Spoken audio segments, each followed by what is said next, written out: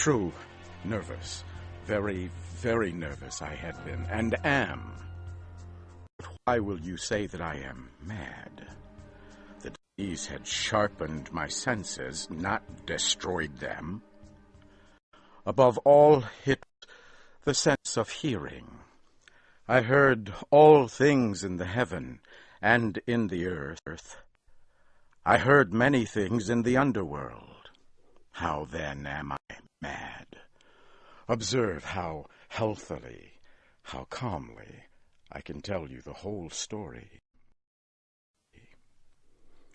It is impossible to say how first the idea entered my brain. I loved the old man. He had never wronged me. He had never given me insult. For his gold I had no desire. I think it was his eye. Yes, it was this. He had the eye of a bird, a vulture, a pale blue eye with a film over it. Whenever it fell on me, my blood ran cold, and so, very slowly, I made up my mind to take the life of the old man and free myself of the eye forever. Now this is the point. You think that I am mad. Madmen know nothing. But you should have seen me. You should have seen how wisely and carefully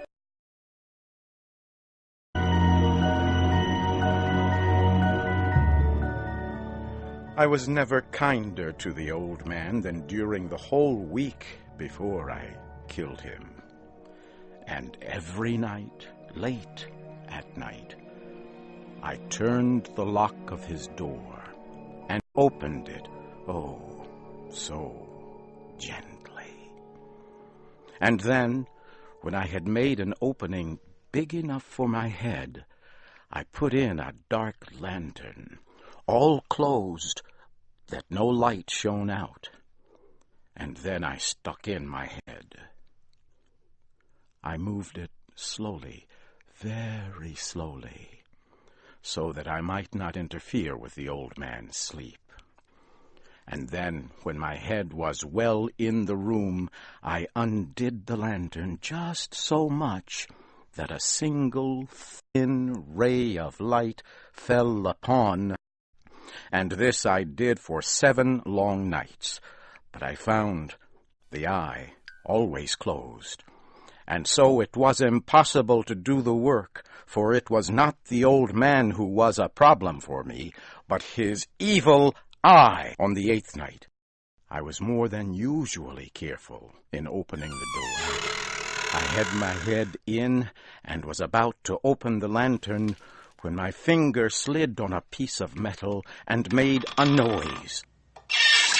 The old man sat up in bed, crying out, "Who's there?" I kept still and said nothing. I did not move a muscle for a whole hour. During that time, I did not hear him lie down. He was still sitting up in the bed, listening. Just as I have done, night after night. Then I heard a noise, and I knew it was the sound of human terror. It was the low sound that arises from the bottom of the soul. I know the sound well. Many a night, late at night, when all the world slept, it has welled up from deep within my own chest. I say I knew it well. I knew what the old man felt, and I felt sorry for him, although I laughed to myself. I knew that he had been lying awake ever since the first noise when he had turned in the bed. His fears had been, ever since, growing upon him. When I had waited a long time, without hearing him lie down, I decided to open a very, very little crack in the lantern. So I opened it. You cannot imagine how carefully, carefully. Finally, a single ray of light shot from out and fell full upon the vulture eye. It was open, wide open, and I grew angry as I looked at it. I saw it clearly, all a dull blue, a horrible veil over it that chilled my bones. But I could see nothing else of the old man's face or person, for I had directed the light exactly upon the damned spot.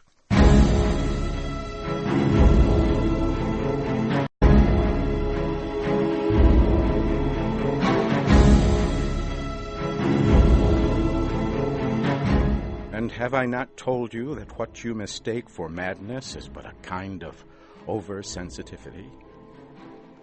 Now there came to my ears a low, dull, quick sound, such as a watch makes when inside a piece of cotton. I knew that sound well, too. It was the beating of the old man's heart. But even yet I kept still. I hardly breathed. I held the lantern motionless.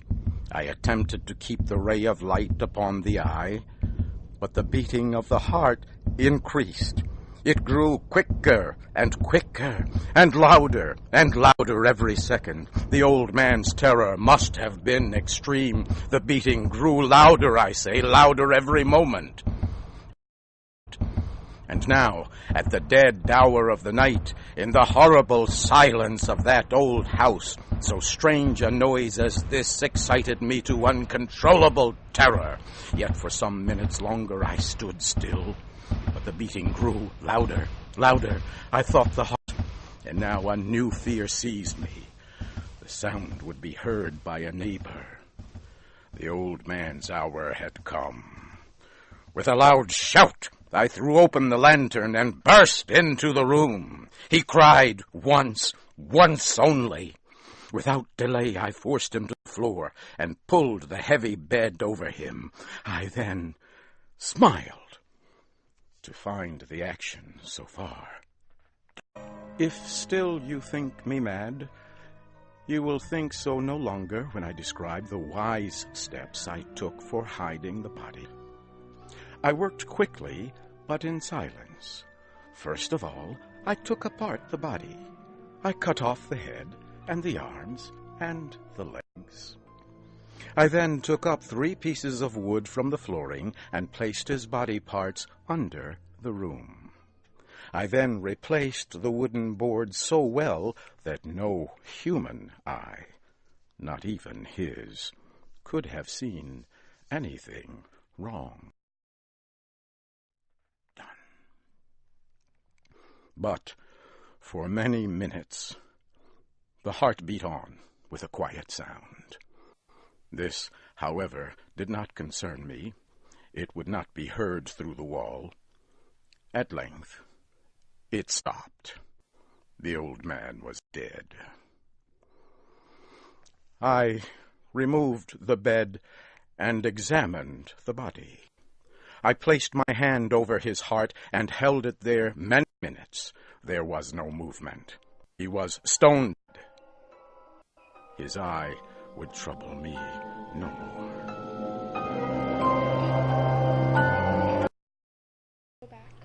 I smiled. For what had I to fear? The cry, I said, was my own in a dream. The old man, I said, was not in the country. I took my visitors all over the house. I told them to search well. I led them at length to his room.